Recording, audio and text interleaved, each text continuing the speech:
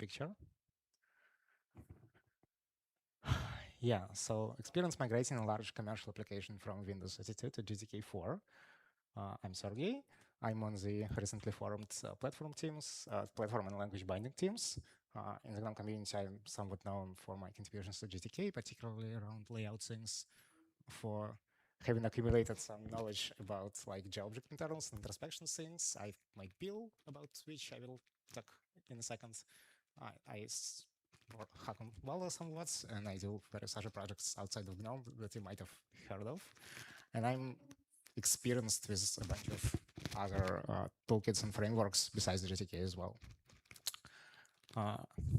Doesn't reach this button.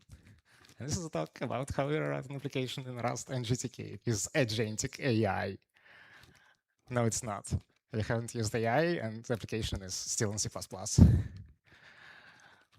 So as the saying goes, a developer in possession of GTK hacking skills must be in wants of a day job. So I landed this job at this company, and they had this challenge. They had this old, large commercial Windows 32 application. It's a B2B application, so the users are not just regular people. There are other businesses. And they needed it ported to run on Linux as a part of this whole digital sovereignty agenda. The application has to deal with financial data to like query it, visualize it, analyze it in various ways, and it's a part of a much larger commercial platform offering, so it can be used to control the rest of the platform as well. Just to give you an idea of the scope, it has its own proprietary network message bus, its own data serialization format. It embeds its own custom scripting language, which implements a dialect of Visual Basic, reflecting its Windows roots. And it has like this toolkit within toolkit, implementing a platform for so-called forms, which are marked up in XML. So you would put like buttons and edit fields somewhere, and then scripted with this Visual Basic, and it has like this whole object model and its own layout system and its own event system and everything. Unfortunately, I don't have the time to talk about it in detail, but it's all in complex and very broken. And we had to port it to GTK. So the challenge is the application is huge. The code base is legacy and huge, and there are just 2 or 3 of us at different times, and it had a strict deadline. What do we do? Like, this seemed a completely impossible project to pull off, and yet somehow we did it. So the first question was which toolkit to use, GTK or Qt, right? And from where I'm standing, Qt is a perfect fit. It's already popular. It's in C++. It has great support for Windows. It happens to be the native toolkit of the IDE we had to target. So if the choice was up to me, I would totally go with Qt, despite my liking GTK. I was asked to do like this internal presentation on what GTK can do, and I pitched all of these great, amazing features like advanced text inputs, BD, frame shadowing, GPU rendering, high DPI, adaptive layouts, everything. These things all seem like nice and cool and important to us, but it turns out that in corporate environment, they are viewed somewhat differently. So most of them are completely irrelevant and unappreciated because these people, well, for one thing, they think that they know exactly the environment that the application is going to be run in. They know it might be high DPI, but certainly not a touchscreen. They know they're not going to use the accessibility features, no like phone layouts, nothing of that. Maybe we're going to ship a dark theme sometime, but we didn't make it into the initial release. High DPI was kind of nice when it just worked, differently to the Win32 version where they had to explicitly support it. Inspector wowed everyone, but we were told very explicitly to disable it in production so the users can neither learn how the application is built nor accidentally break it. This is unexpected. Please fix it. So what? Do I have to do this?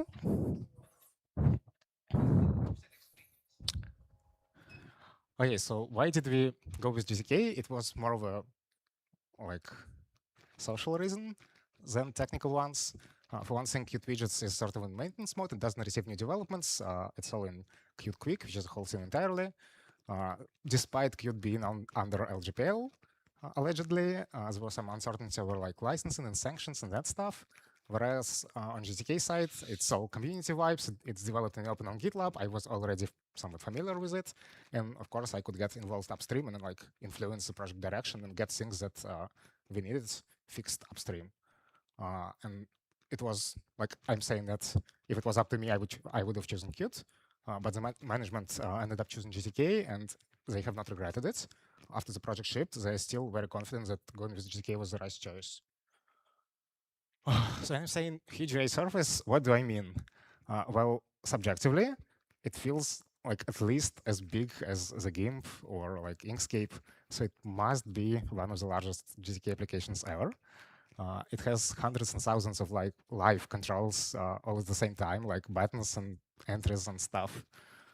So much so that in the Win32 version, before my involvement, they ran out of this Win32 window handles, and they had to come up with this like whole internal framework of windowless controls, where they would like route events all by themselves between these like virtual little controls, which are just objects in memory and not Win32 windows. And then when they didn't want to implement all of that controls logic, so whenever the user would like click in an entry field, they would materialize a real actual Win32 entry at that point, let the user edit it, and then when the focus leaves, they like dissolve it again. This little neat hack. So we had like a little internal debate whether or not we could use real actual GTK widgets for the port, and we made a bet that we could. Because again, GTK widgets are the same thing; they don't consume like system resources. In the end, it did work with this like huge amount of widgets. I've never seen this much widgets in my life at the same time. I was somewhat surprised when Inspector showed huge numbers of widgets.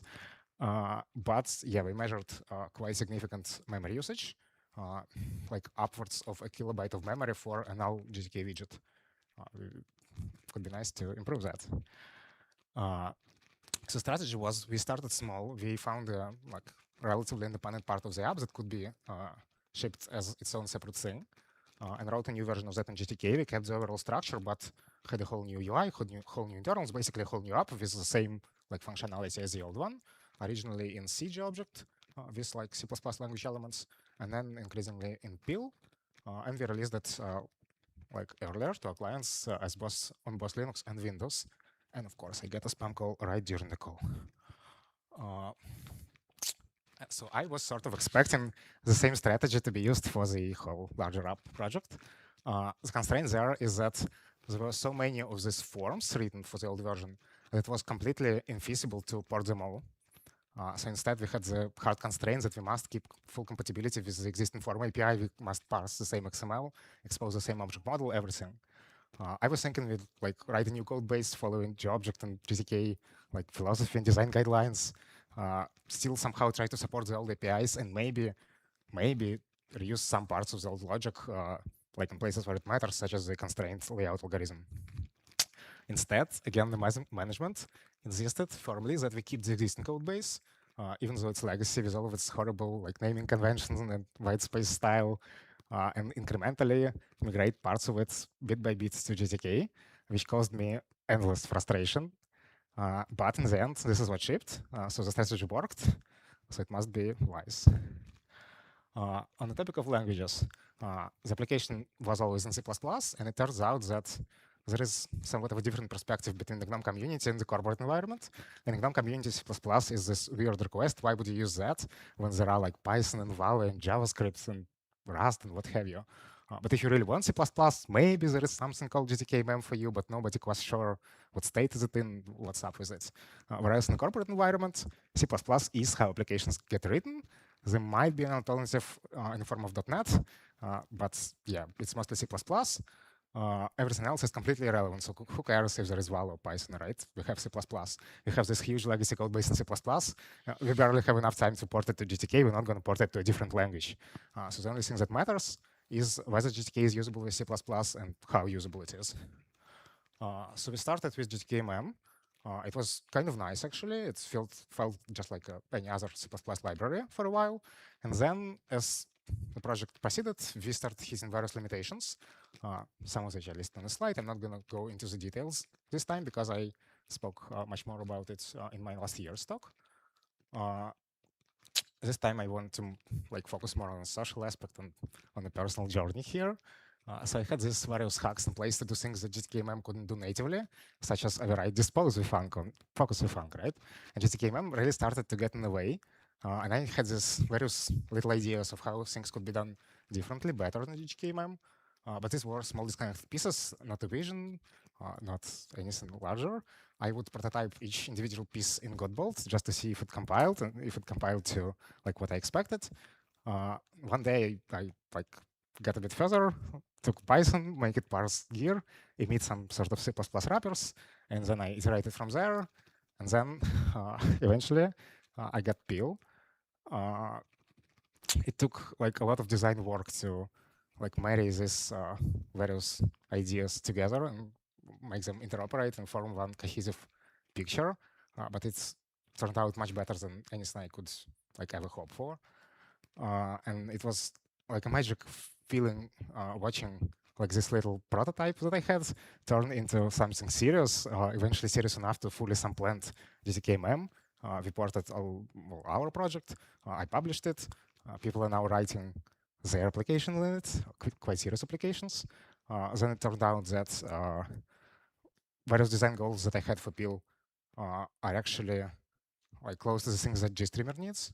So people are now trying to write GStreamer projects in Peel without any GTK involvement.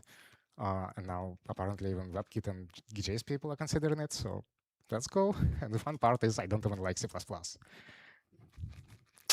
Another spin-off project is Scintilla widget code editing component. So you might be familiar with it from like Notepad++, which is popular Windows text editor. This like thing in the center is the Scintilla editor. Originally, it was a drop-in replacement for the Win32 rich edit control. Then it got other ports, Coca, Qt, and notably GTK. It doesn't have much of a C++ API, although it's written in C++, because it expects you to like send it like this Win32 messages because it's a drop-in, because it was originally a drop-in replacement for the rich edit control. So first question is, do we even need Scintilla if in GTK world there is GTK source view? Well, for one thing, GTK source view is not in a very good place either. We weren't sure if it has much of a future. But secondly, for better or for worse, Scintilla's like actual API is exposed from this object model to Visual Basic scripts. So they would send like explicitly this Win32 messages to Scintilla and expect Scintilla to like behave in an exact way. So we had to have a real Scintilla in there. We couldn't just substitute GTK source view for it. But there is a GTK port, right? And notably the Genie text editor is using it. You might have even seen it somewhere. Well, yes, but this is what it looks like, right? It was evidently written in GTK 2 times and then somehow made to still compile and work somewhat in GTK 3, but it does nothing like what widget should do at this time. It does layout wrong, it does scrolling wrong. In particular, it like tries to handle scroll input itself, and that's a recipe for disaster. Of course, the right thing to do is to wrap yourself in a scrolled window and let that handle input. And again, it doesn't have much of a JavaScript API. You just wants to like call this single method and send it messages. So I wrote a whole new port, an independent port, much like the upstream suggested I do. It's not a branch of the existing one, it's a whole new one. I try to do various things right. It's properly scrollable. It tries to use GSK for rendering. It does AIME, so you can like open on-screen keyboard and type into it. It does accessibility, attempts to integrate styling. It does cool clipboard things, and even supports some actions. It has a JavaScript-first API, so I exposed various messages as like methods and stuff, and totally compatible with introspection things. And as a test, an example of that, I wrote a demo in Lava. But it's still, like if you want to, you can still call Scintilla view send message, in particular because our applications need that, and that's what the upstream likes to do. This is what it looks like. So displaying some GTK UI XML file. You can see like syntax highlighting, selection, and some lines are even folded in there, if you can see that, like on the left. It builds and works in Windows as well, and I expect on other platforms. Upstream would like to have it eventually, but not yet. I still have some like local modifications that I should publish after GUADEC, but let's maybe move this into a reusable platform library, much like every other platform library. If you're a distribution, please consider packaging it and talk to me, we'll figure it out. but it should be usable much like any other library overall. Now let's look at some other widgets that are specific to the project that we built for this project. The first one is the splitter. It's sort of like GTK paint on steroids. So much like a GTK box, it can have several children and position them either in a row or in a column, depending on its orientation, and tries to distribute the available space based on their size requirements. But then it has like this user adjustable separators between items. And you can, like as a user, you can resize them to control the size distribution. And the whole widget tries to like respect both the size requirements as the user set positions. And it's non-trivial. So here you can sort of see it in action with just simple resizable labels. Not sure if you can understand much of what's going on here, but it's complex. Even with all of my understanding of GTK layout API things, it was not trivial to get right, and I was quite like excited and proud when I finally did get it working. And the good thing is almost none of this is like specific to the project. We could upstream this if they're interested to like GTK or libadwaita or whoever wants to have this. The other one is the docking system. So the main UI area of the application consists of these panes, and you can like drag on a pane to tear it off and turn it into a free floating window. You can move it around and do everything, and then if you want to, you can drop it back on an existing pane. And when doing that, you can opt to split an existing pane in half, like in two. It doesn't have to be exactly half. It again takes the size requirements into account. This integrates with the splitter, and like the whole UI consists like of this tree of splitters of like alternating orientations, and it inserts and collapses the splitters as needed. Here's a GIF of a similar mechanism in VS Code. This is not our application, this is VS Code.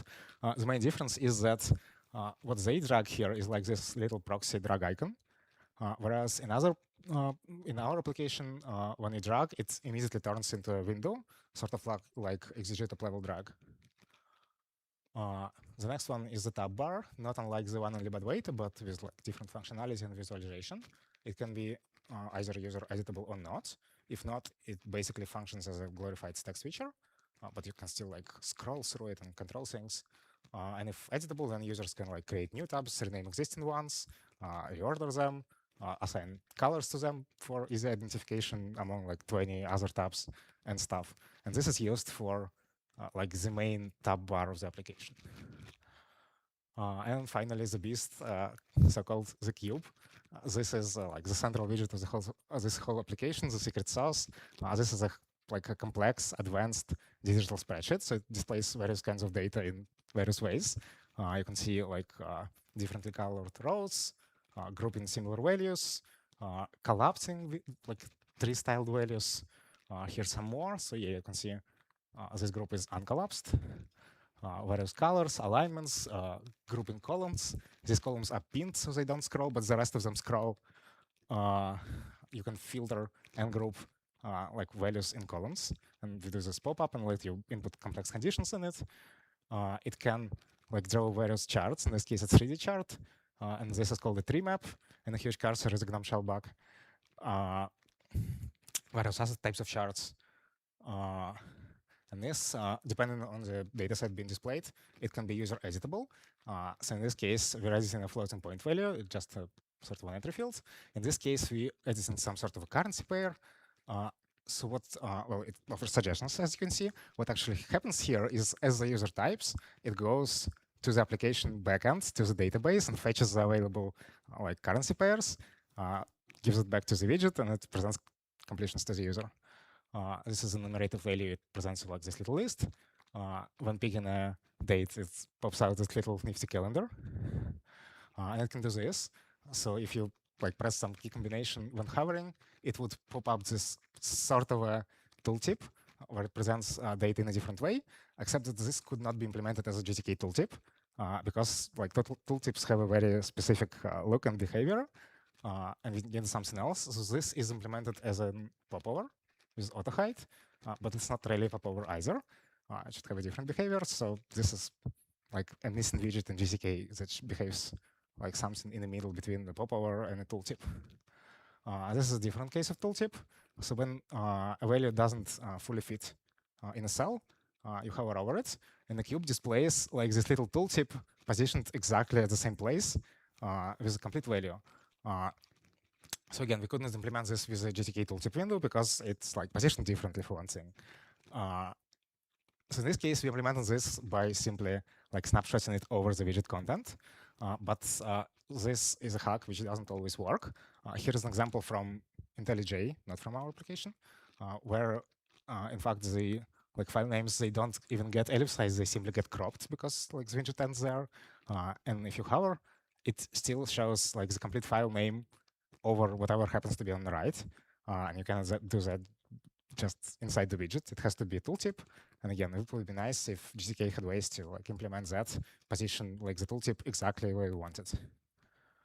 And this is in fact from Epiphany.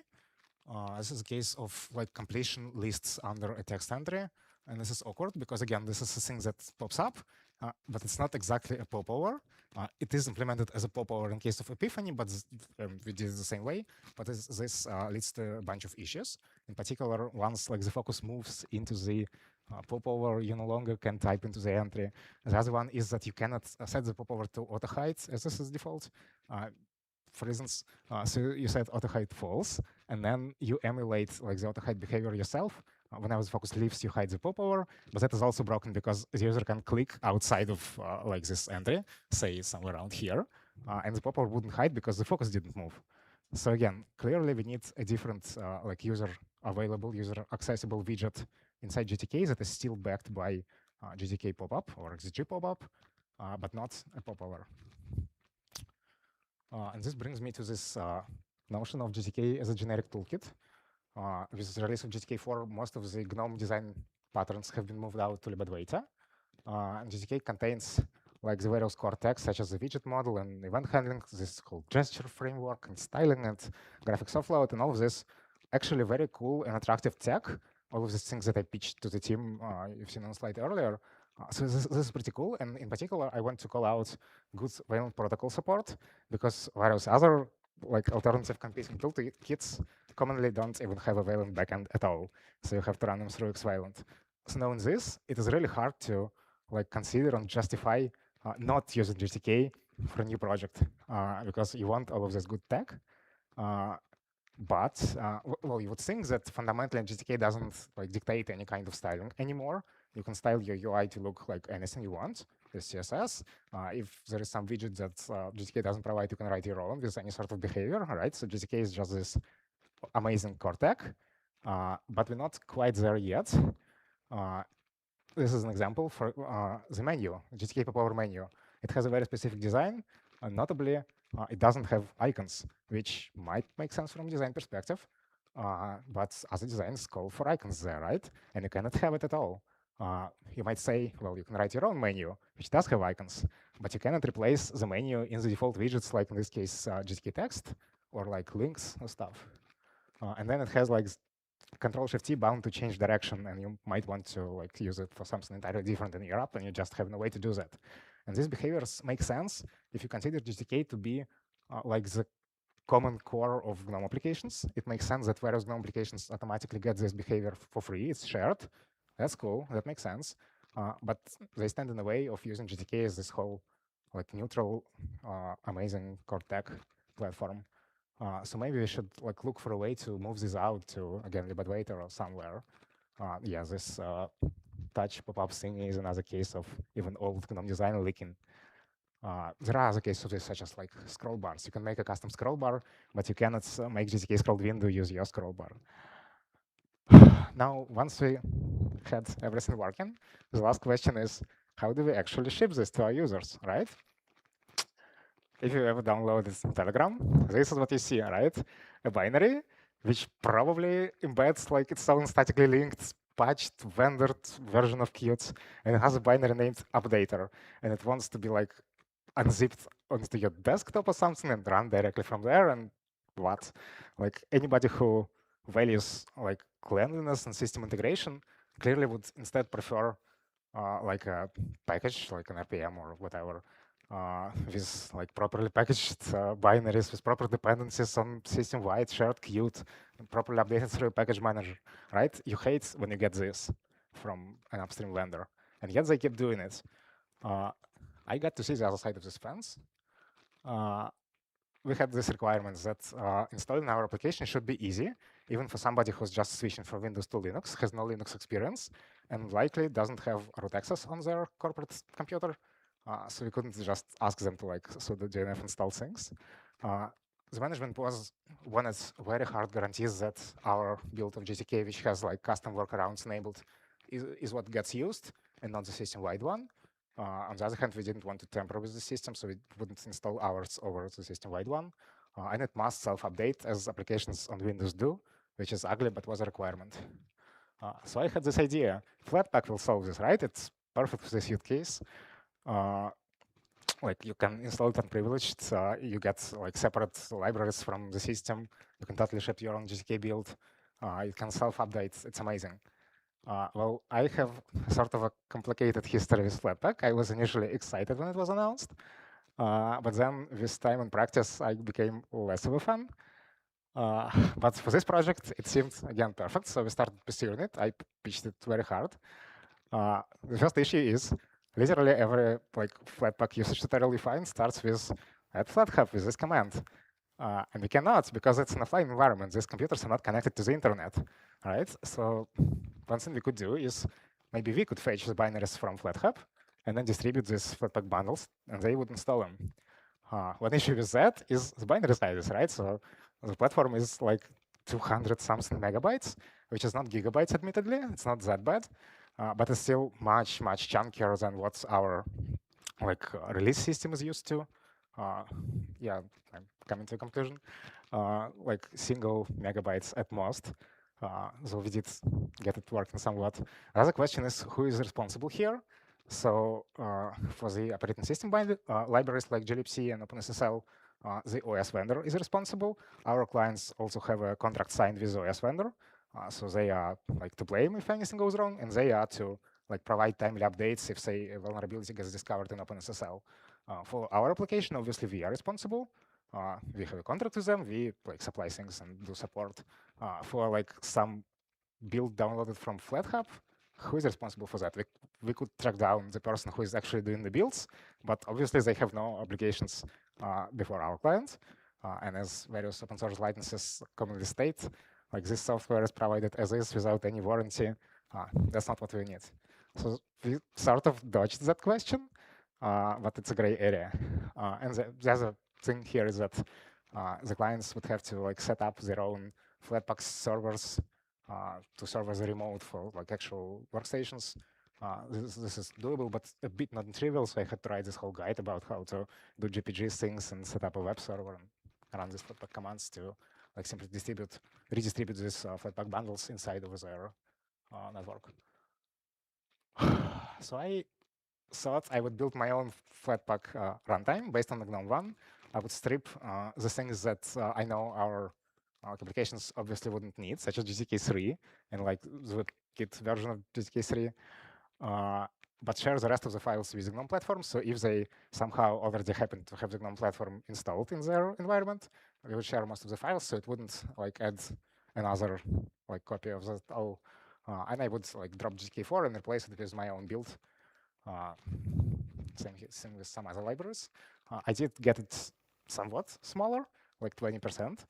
It's not a not a solution for the binary size issue, but a tiny bit better. Building your own runtime is more complex than people realize. There is barely any documentation. There are some examples of how like the platform itself was being built before it switched to like build stream, I believe. You basically put this build runtime through into your manifest, and it starts sort of working. It's very slow. It's your disk space. It requires various hacks. It breaks because of locales and whatnot, and you like fight with it, and every iteration takes hours. I eventually got it working. I dropped Flatpak Builder after I got it working, and I got it working a second time without Flatpak Builder because I wanted more control about what goes into the runtime and what doesn't. As a data point, Flatpak built init, which is like the first step of doing anything alone, takes a whole minute and checks out 11 gigabytes of data onto your hard disk. But on the positive side, I got to like do other cool stuff while it was running. Once we figure that out, how do we actually like apply updates? There is an update portal.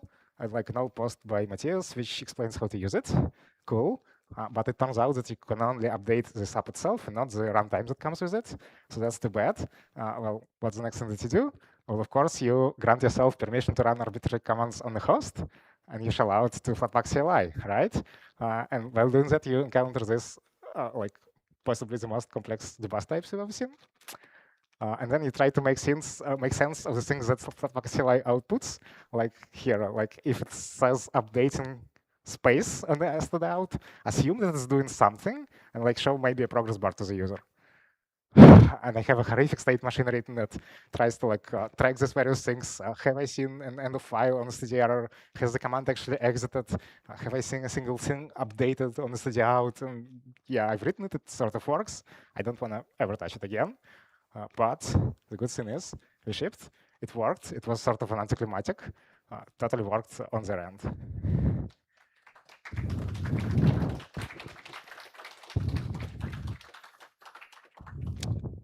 Questions?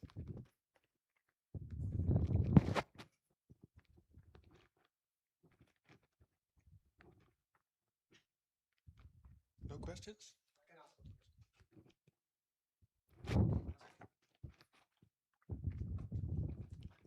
Is there a single thing that you would say would have helped you the most in this GTK 4 porting effort? Anything we should change in GTK to make the next application that comes around an easier success? Well, I've already tried to like mention some suggestions, such as all those things would help. Yes. Better better pop-up based widgets, not just the popover, because that's like my position has always been that GTK popover is not a generic pop-up wrapper. It's a specific, like very specific UI pattern, like a sort of a menu with this arrow, right?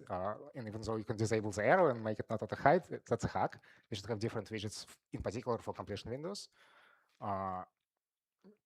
Maybe better docs would help a lot, because I had to like constantly explain things to my colleagues that seemed obvious to me. But yeah, on the other hand, I don't quite believe myself that we pulled it off, because it seemed completely impossible, but it works, it exists, it shipped. Okay, thank you. Other questions? I had one. Do you know of other applications that are written in Peel? There are many applications lately, some of them unfortunately wipe coded, but there are like manually written ones as well. Some of them have to do with like animal lists, I guess, like anime, Japanese cartoons. I don't know the number, but new projects keep popping up all the time, and I have this little list of the ones that I know of. Somebody is even actually using it for like elementary, even though most of elementary is written in Vala. It turns out that if you take my branch of Vala which emits proper gear, you can hook it up to Peel, and it totally works to call into Vala from C++, and that is also very cool. And another question. Do you think you can open source some of the things you built?